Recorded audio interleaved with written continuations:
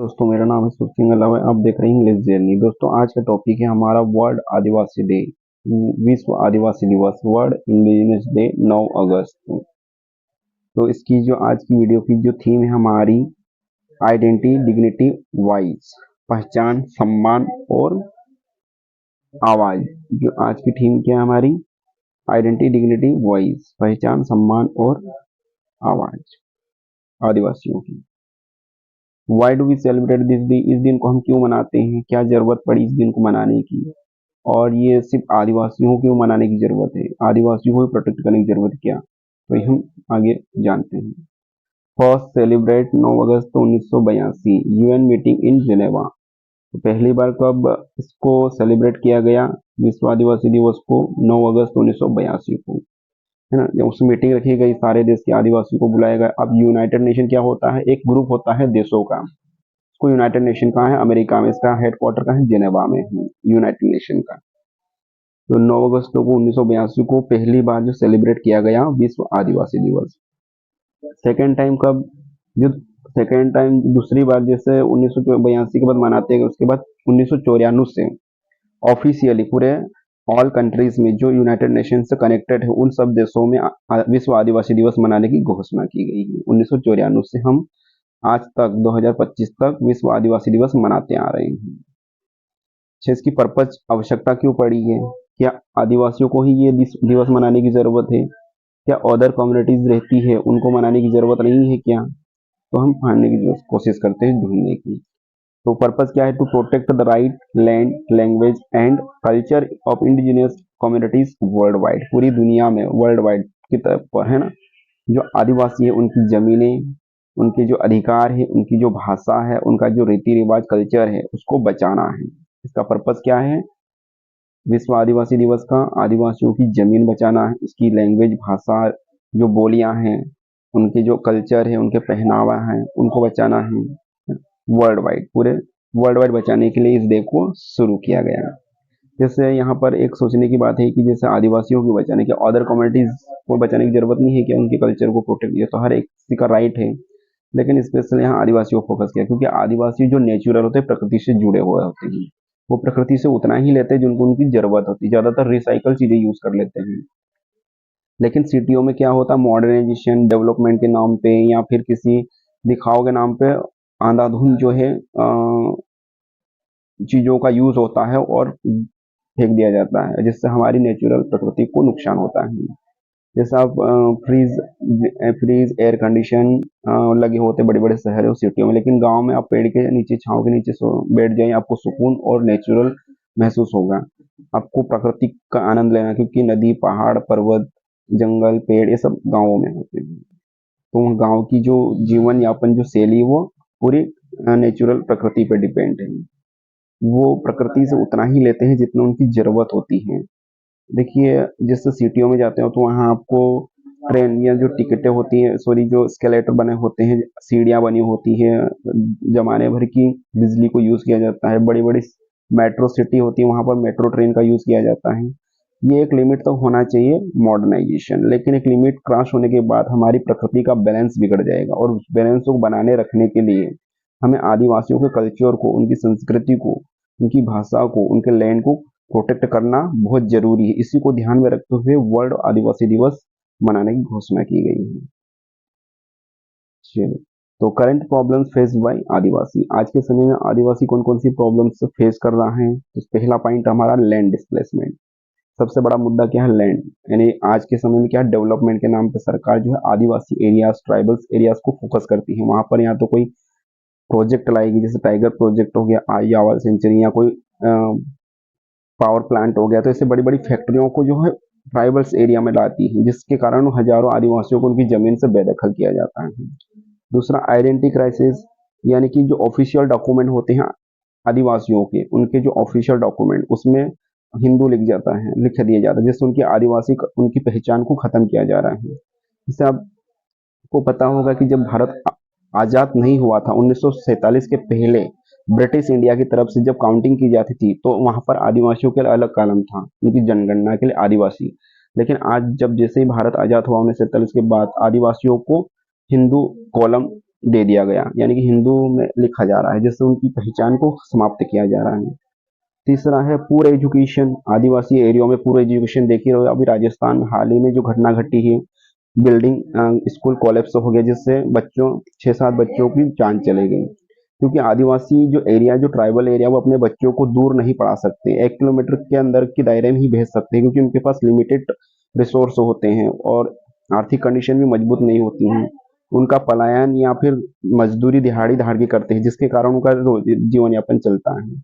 और एक सबसे बड़ी बात यहाँ की मिड डे मील, हर स्कूल में मिड डे मील की योजना लागू होना चाहिए प्रॉपर तरीके से, ताकि बच्चा जो है उसको प्रॉपर तरीके से भोजन नहीं मिले, खाना नहीं मिलेगा तो उसकी शारीरिक विकास नहीं हो पाएगा। क्योंकि गांव के जो लोग होते हैं वो अपने काम में, खेती में या मजदूरी में बिजी हो जाते हैं, या कोई पलायन हो जाता है, जिस कारण बच्चे जो छोटे छोटे मासूम होते हैं उनके लिए खाने की व्यवस्था करना बहुत जरूरी था। तो ये सरकार की जो मिड डे मील की योजना है, ये बहुत ही कामगार है, मतलब बच्चों के लिए स्पेशली बेस्ट है, उनके खाने की व्यवस्था की गई है, इसके लिए बहुत बहुत धन्यवाद।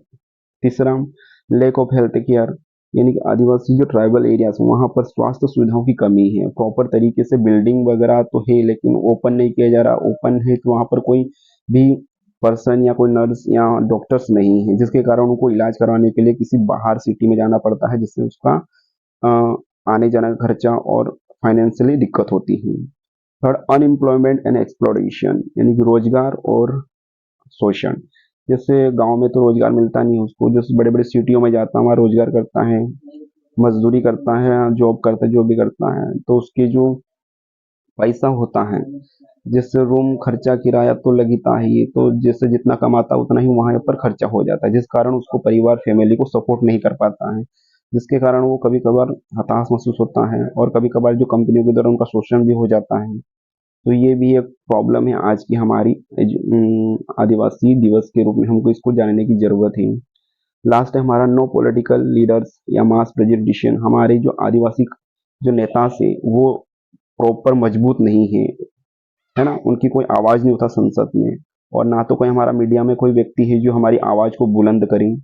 तो आज के समय में बहुत बड़ी क्राइसिस यही वाली है कि नो पॉलिटिकल लीडर्स। यदि पॉलिटिकल लीडर है भी तो वो एक पार्टी से दूसरे पार्टी का काम करता है।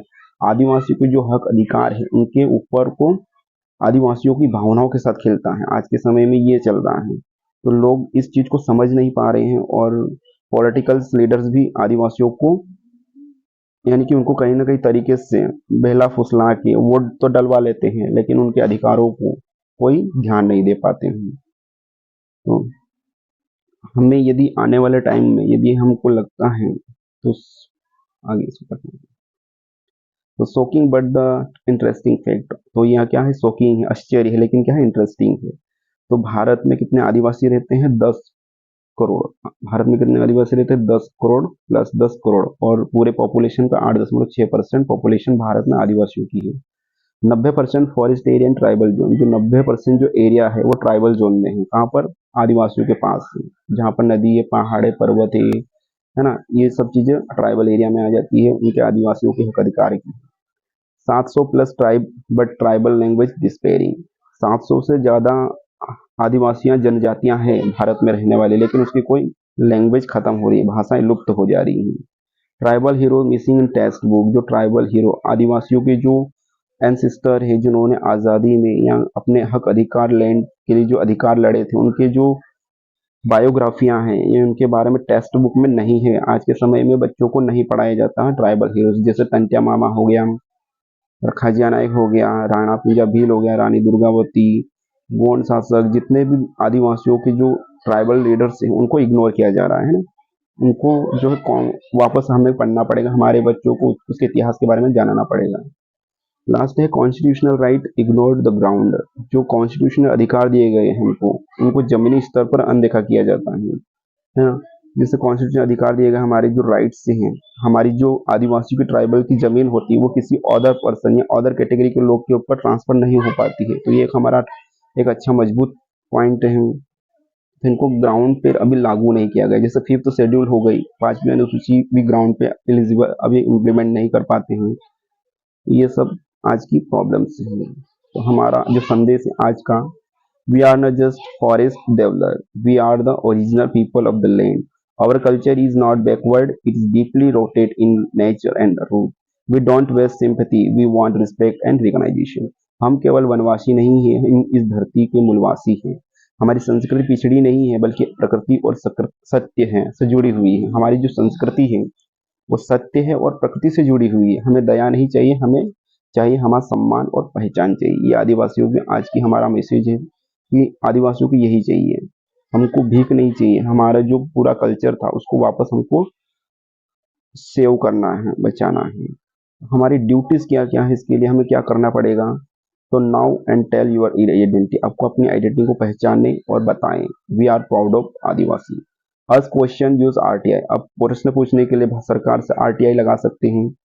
Study the constitutional fifth schedule and article 244, आप स्टडी कर सकते हैं संविधान का 5वीं अनुसूची का आर्टिकल 244 जो स्पेशल आदिवासियों के राइट्स के बारे में बात करता है। स्टे यूनाइटेड, आदिवासी एकता जिंदाबाद, जोहार, जय जोहार। आपको यूनाइटेड रहना पड़ेगा, है ना।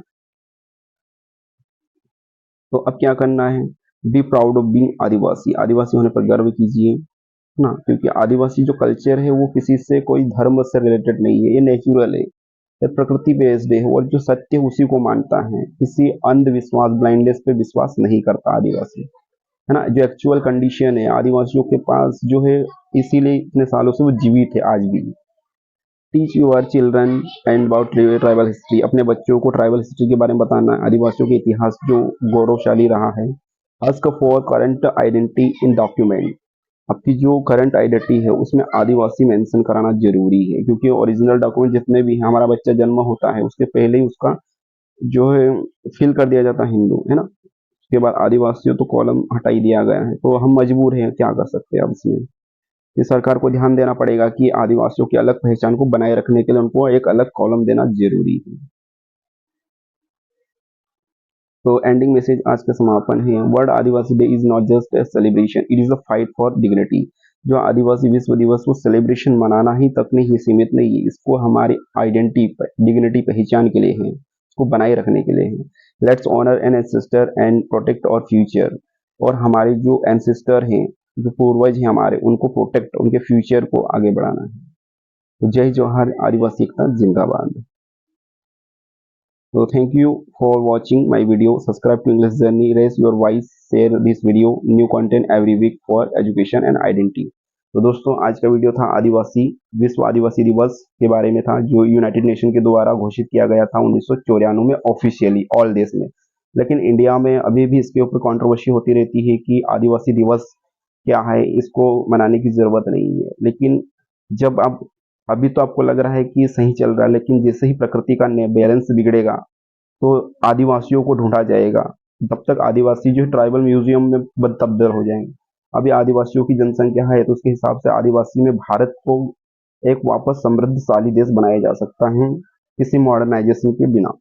हाँ, एक लिमिट तक मॉडर्नाइजेशन होना चाहिए, लेकिन उस लिमिट को क्रॉस करने के बाद किसी को कोई डेवलपमेंट के नाम पे कोई फायदा बेनिफिट नहीं है। जितनी चीजें हमारे पास है उतने से हम संतुष्ट हो तो ही बेहतर होगा हमारे जीवन के लिए।